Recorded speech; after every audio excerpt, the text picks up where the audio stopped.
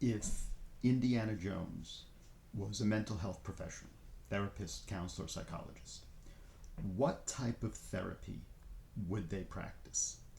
Let's take a look and using some of these suggestions from AI, Gemini AI, let's see what we can kind of figure out here. So Indiana Jones is a fascinating character. He's highly intelligent, resourceful, academic, who's also a person who thrives on adventure, danger, and a certain amount of chaos. He's known for his fear of snakes, a dry wit, and a tendency to leap before he looks, often falling into dangerous situations. He's persistent and adaptable, but also displays a gruff exterior and can be somewhat detached, perhaps as a coping mechanism for the trauma and loss he has undoubtedly experienced. If Indiana Jones were a psychologist, he would likely practice experiential therapy with strong elements of exposure therapy, especially for fears and phobias, and a practical, action-oriented approach rooted in problem-solving therapy. So why experiential therapy? Well, first, learning by doing. Indiana Jones learns through direct experience in high-stakes situations. He wouldn't be a therapist who just talks. He'd believe in clients actively engaging with their issues. Experiential therapy emphasizes active, doing components in therapy, often involving role-playing, simulations, and even real-world assignments to help clients process emotions and develop new behaviors. Also, confronting reality directly. Indy doesn't shy away from dangerous realities. Experiential therapy often involves confronting difficult emotions and interpersonal dynamics directly, which would align with his no-nonsense approach to problem solving. And finally, unearthing hidden dynamics. Just as he unearths ancient artifacts and hidden truths, he'd be adept at helping clients uncover suppressed emotions, unacknowledged patterns, and hidden motivations that are impacting their lives. What about the emphasis on exposure therapy? Well, he believes in facing fears head-on. Given his own well-known fear of snakes, ophidiophobia, and his willingness to confront others' dangers, he would certainly understand the power of confronting fears.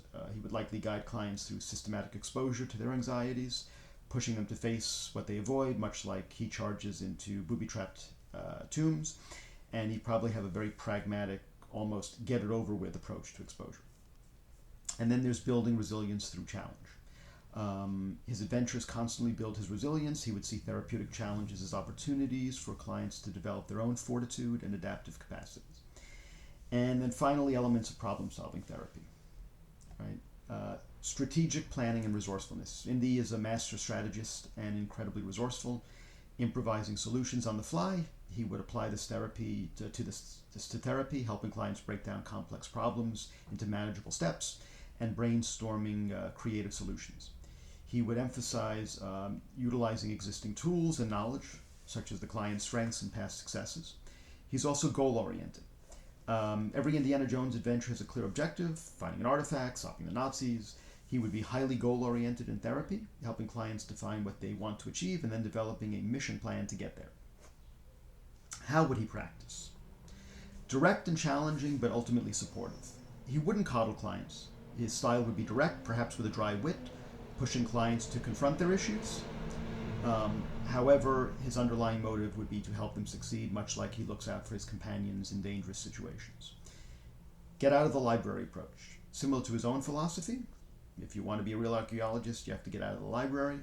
He would emphasize real-world application of therapeutic insights rather than just theoretical understanding. Practical expeditions. He might assign expeditions or fieldwork as homework. Practical tasks or behavioral experiments for clients to carry out to test new behaviors or confront fears. Calm in a crisis. While often exasperated, he maintains a cool head in crises.